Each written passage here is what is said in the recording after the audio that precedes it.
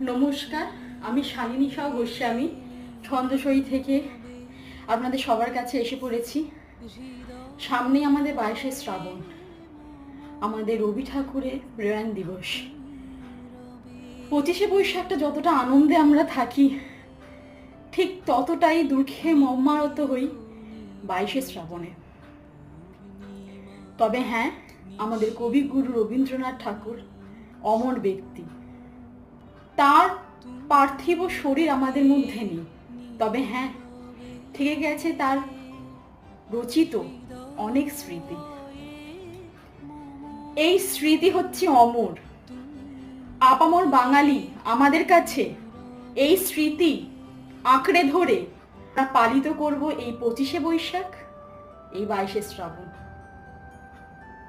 22শে শ্রাবণে কবিগুরু রবীন্দ্রনাথ ঠাকুরকে অর্পণ